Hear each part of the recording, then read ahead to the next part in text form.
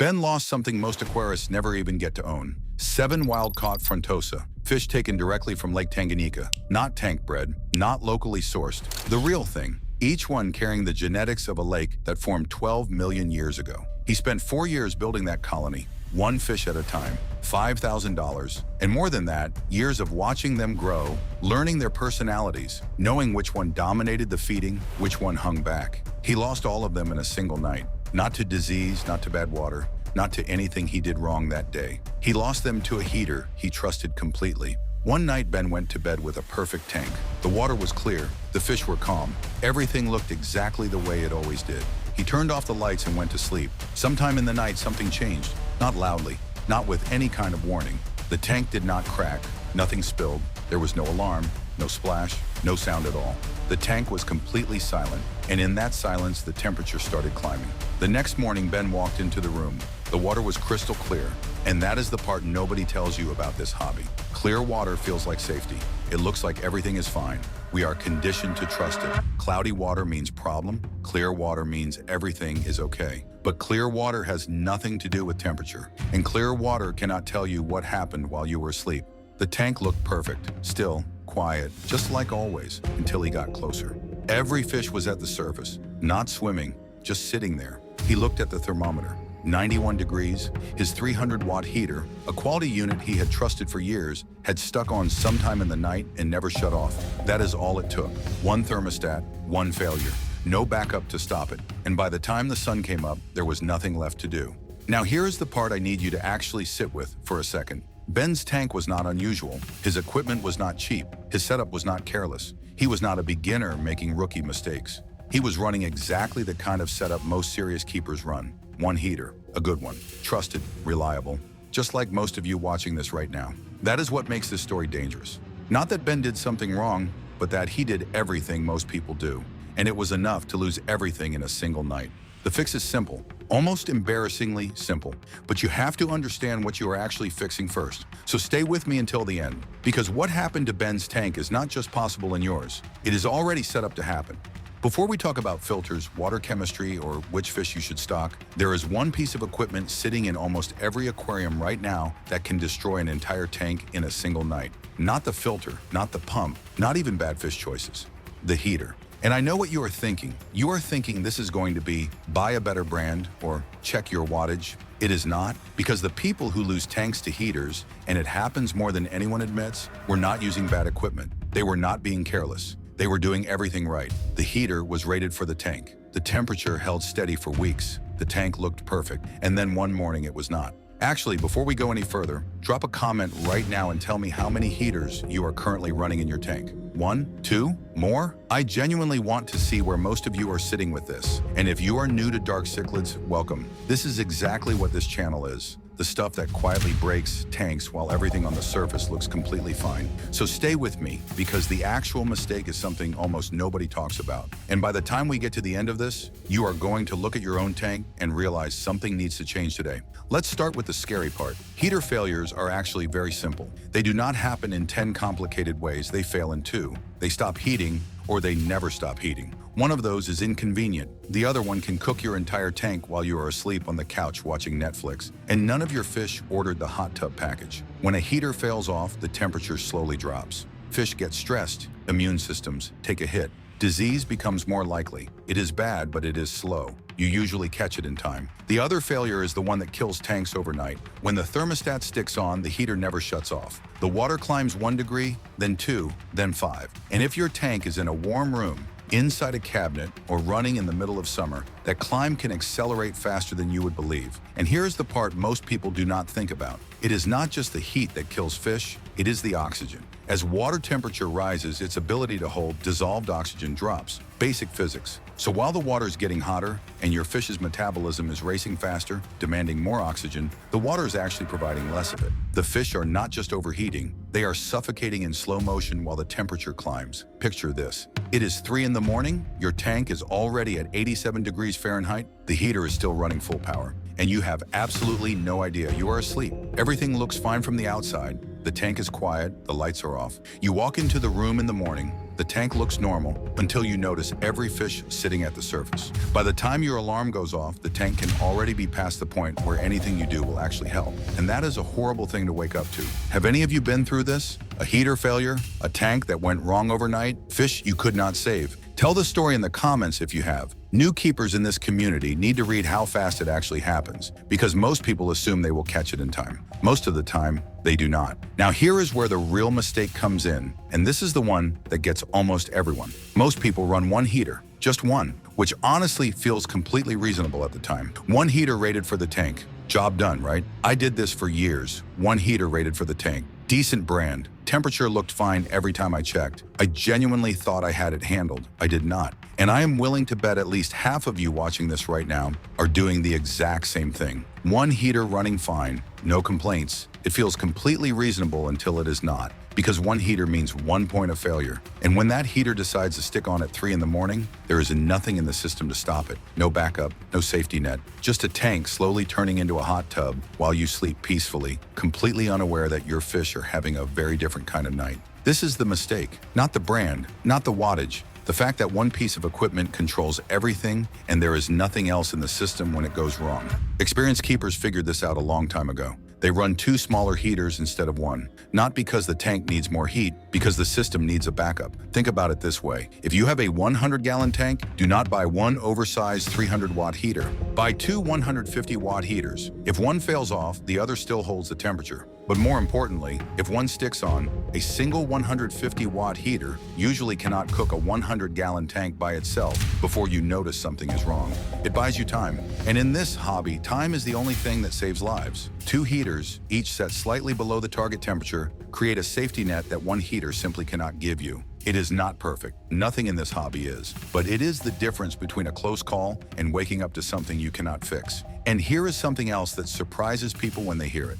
Bigger heater is not safer. I know, it sounds wrong. More powerful feels like more protection. I thought the same thing when I started, but an oversized heater heats water extremely fast. That sounds fine until the thermostat sticks. Then you have a powerful heater pushing the temperature up as fast as it possibly can in a tank that is already generating heat from pumps, lights, and a full load of active cichlids. These are large, metabolically demanding fish. They are already producing heat just by existing in that water. Add an oversized heater stuck on, and the tank can run away before you even notice something is wrong. 2 medium heaters with the same total wattage create a completely different risk profile. One goes wrong, the damage is contained. The other one is still there doing its job. Now there is a way to take this even further, and this is what I would call the real pro move for anyone keeping expensive fish. Stop trusting the heater's built-in thermostat entirely.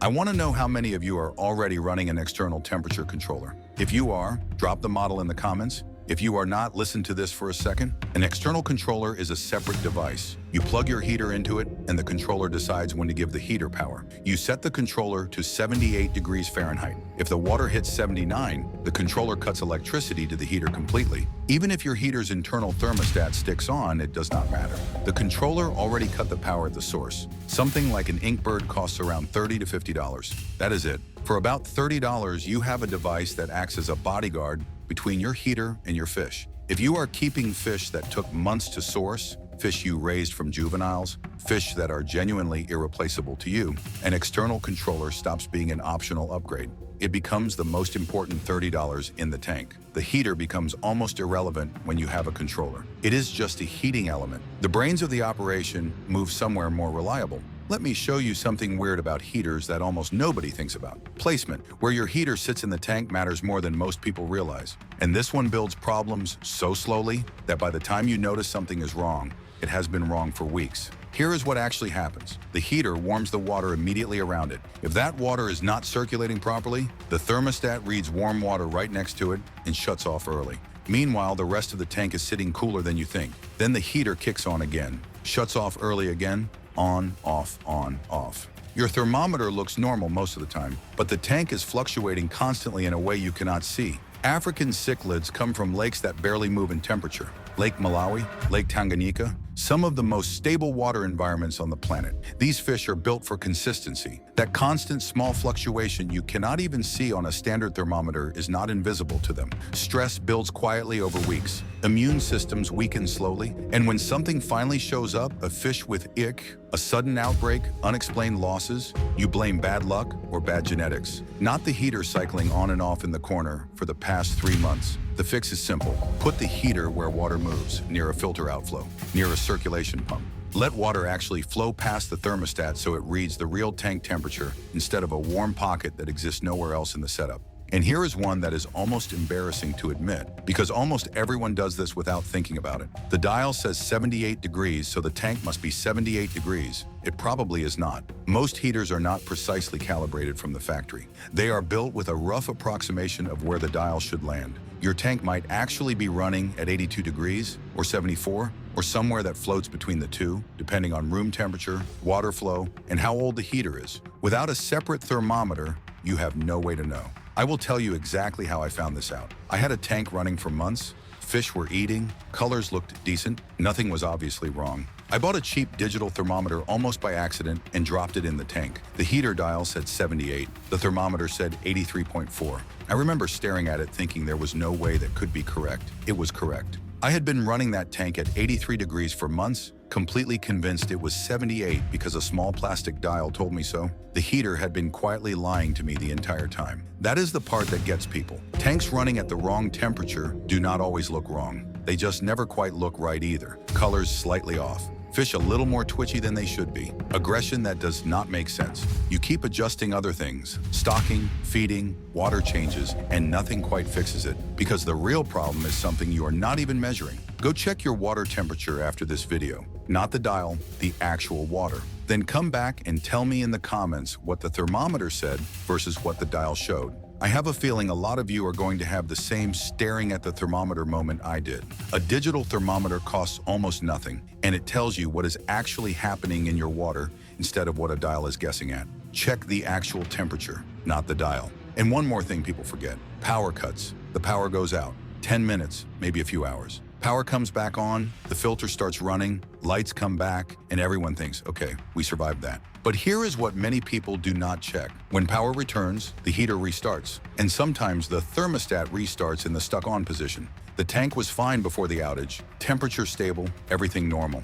Now the heater has been running continuously since power returned, and nobody is watching. The fish are swimming, the filter is humming, nothing looks wrong from across the room, and a few hours later something is very wrong. After any power cut, even a short one, check your temperature. Not the heater dial, the actual water. Give it 30 minutes after power returns and check again. 30 seconds of effort can save an entire tank. Every summer, someone in this hobby wakes up to the same problem. The tank was perfect all winter, then summer quietly broke it. Room temperature climbs to 80, 82, maybe 84 degrees on a hot day. Your heater is still set to 78, but the room is now hotter than the heater target, so the heater barely runs or does not run at all. The tank simply climbs with the room temperature. Fish act slightly off. Aggression rises. Appetite shifts. Water tests look fine. Filters are running perfectly. Nothing obvious looks wrong. It was the room the entire time. In summer, many keepers dial heaters back or turn them off completely and let room temperature maintain the tank. The heater becomes almost irrelevant in July and absolutely critical again in November. But that requires actually paying attention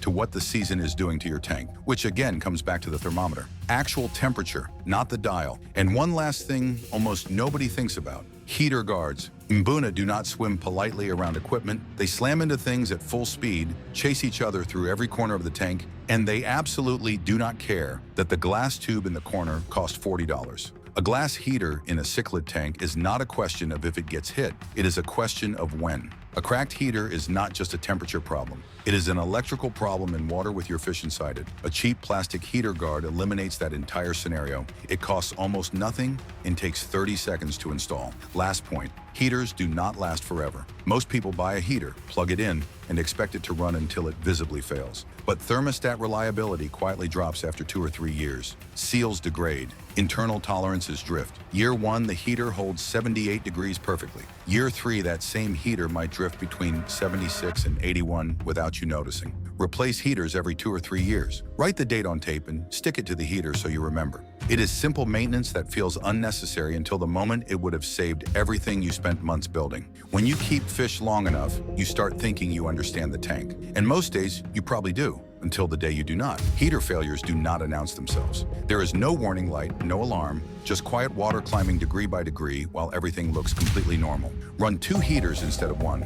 Add a controller if you want real protection. Use an independent thermometer. Check after power cuts. Adjust for summer temperatures. Use heater guards. Replace heaters every few years. None of this is expensive. None of it is complicated. But it is the difference between a tank that quietly runs for years and waking up one morning to a situation where there is nothing left to do except figure out what went wrong.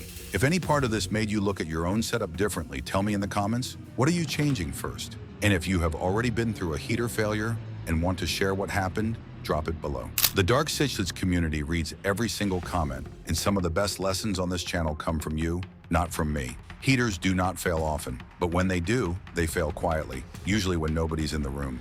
And they rarely give the tank a second warning. If you want to understand how heater stability connects to everything else in a cichlid tank, the full setup guide is already on the channel. Cycling, filtration, stocking, the mistakes that only appear after 6 months. It is all there. Click this video you see on your screen and I'll meet you there.